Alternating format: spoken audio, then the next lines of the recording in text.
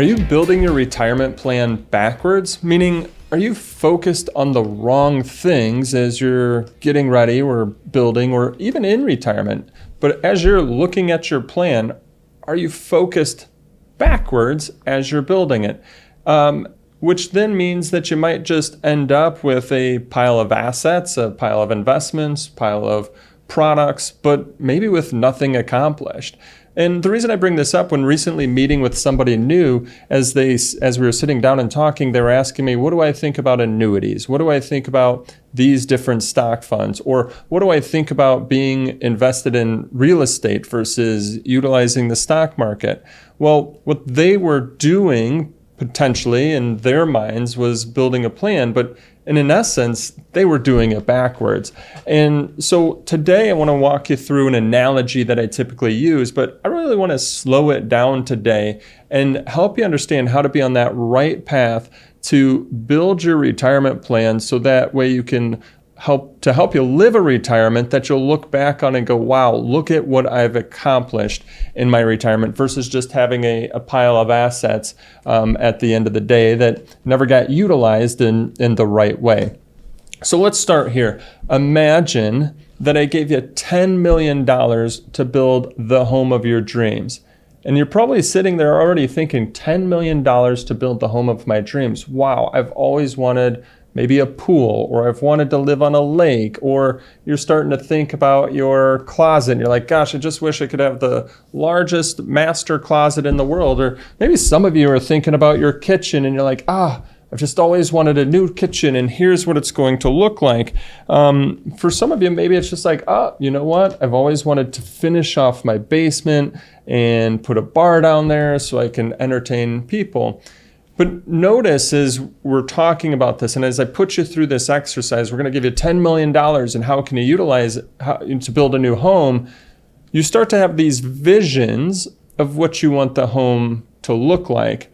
But I'm guessing your first thought when I said that wasn't, man, I can't wait to go out and buy a load of lumber, or I can't wait to go out and buy some brick, or I can't wait to go out and buy some shingles. Well, or should I do metal shingles, or should I do all these other shingles? And so that's why I love to use the analogy of building a home. And today I'm going to use that. I'm going to walk you through those steps, and then we're going to relate that to how that means helping to build your retirement plan, but doing it in the right direction versus doing it backwards. So if you think about building a home, what's the first thing that you would do? Well, the first step would be the design step. When I just mentioned, what if I gave you $10 million to build a new home, the visions start going through your mind. Well, the design step is taking those visions and putting them onto paper. You're going to do that with an architect. Here's what I want it to look like, and let's put it on paper. Well, then the next step that the architect takes is they're going to create the blueprint, the drawings of what that home is going to look like. Now, after we've got the drawing in place, that doesn't necessarily mean that everything's going to work out. So the third step here is that we've got to cost it out. We've got to make sure, okay, hey, all of these different visions that we had for the future, for this, what this home is going to look like, we have to cost it out. Meaning, based on all of those things and how much they cost, does it match up? Does it fit within the budget that you've been provided? And if it does, great. If it doesn't, well, then maybe you have to start making some adjustments. Maybe instead of that finished basement, you leave the basement unfinished, but you have a lot of other things that you've chosen in the house to do. Maybe instead of a pool, you're putting in a hot tub. Maybe instead of, brick, you're going to use siding. So you can kind of see there the costed out phase, how that becomes important, because you only have so much money to work with. You have to make sure what you're going to build is going to fit within what you have to work with. Now, once you've, again, put your visions on the paper, step 1, which is the design step. Step 2, you've created the blueprint. Step 3, you've costed it out. Maybe you're going through those adjustments, testing out what's going to fit in your budget, what's not going to fit in your budget. Well, now, after you've gone through each and every one of those steps, Guess what? Step 4, now you can go buy and build. Now you're going to know how much lumber you're going to need. Now you've made your decision of what the exterior of your home is going to look like, and you can go buy the brick that you're going to need or buy the siding that you're going to need. Now you've made the decisions on what the interior of home is going to look like, so you can go buy the products that you're going to need to build this home that you've designed. Then once you've got it built, that's step buy and build. That's step 4. Step 5 is that you need to maintain the home. We all know whether we're renting or living somewhere, we have to continue to maintain our home so that it's livable, so that it's, that we have a place to live in the future, so that it's just not falling apart. So hopefully those steps, you're like, yeah, all of that makes sense, Scott. Of course, that is the steps that you'd go through to build a home. Well, the same relates to your retirement. So when that person was asking me, what do you think about annuities? What do you think about investments? What do you think about real estate? Basically, they were skipping steps 1, 2, and 3 and going right to step 4, going, I'm just ready to buy and build. I'm ready to buy and build. I don't know what anything's going to look like. I'm just going to go buy and build. So they would be, right, and if we relate it to home building, they'd have a ton of lumber, a ton of bricks, but no idea what it's going to create for them. And it might not create anything. And that's why I said, instead of going backwards, instead of starting at step 4, really want you to think about, hey, let's go back to step 1. And this is the process that we take with our clients. Step 1, in building a house, it's design. Same thing in building your retirement. What's that retirement? Let's do the retirement design. What do you want your retirement to look like? And I'm guessing one of the things that most people are going to say is, well, I want to maintain my lifestyle. That's great. Definitely want to help you maintain your lifestyle. But a lot of times now we have to start thinking, what is it above that you want? So maybe you've saved up $2 million. If you think about, okay, hey, I've got this $2 million. Just like I said, you have $10 million to build this house. Hey, we have $2 million to build this retirement. What do you want it to look like? You might think travel. You might think doing some activities. Maybe it's helping your grandkids with college. Maybe it's doing renovations on your home. Maybe you want to have two houses. If you live in Illinois like us, it's pretty cold here in the winters, so maybe you want to go somewhere warm in the winters. You've got a different place. Maybe you don't want 2 houses, but you just want that ability to be able to go somewhere during the winter and go somewhere during the summer. Maybe you're charitable and you want to help different charitable organizations. And the list goes on and on and on and on. What are those visions that you're having? What are those visions, those things that you want to do? What do you want to accomplish with the money that you've saved up? That's that first step. That's the retirement design. Getting that out of our minds and putting it down on paper. Then step 2, creating the blueprint. What's the blueprint? Well, that's the income plan, the investment plan, the tax plan, putting a blueprint together around that retirement design that you created in step 1. Then step 3, very important here, cost it out. Is it going to work? Just like when we're building a home, we can sometimes put too many visions on the piece of paper. And if we put too many visions on the piece of paper, now next thing you know, that home is outside of our budget and we got to start maybe making some cuts back.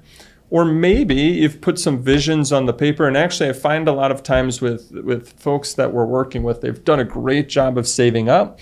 They're not actually seeing how many visions they can put on paper and still be okay. So I find that people need help both ways on this test it out. Testing it out can mean, hey, this works great and there's still surplus. Are there other, let's go backwards. Is there other visions that you want to put into your retirement design? For some people, maybe they had a lot of visions, right? So we test it out and we go, well, hey, we have to start prioritizing which of these visions are most important to you. Just like building a home. If we put finished basement and a pool and all these different things on the list, maybe we have to say, hey, we can have the finished basement, but we can't have the pool. Which would you rather have? Same thing for retirement, but sometimes we're also just adding things to the list as well because we have additional surplus that you weren't able to see.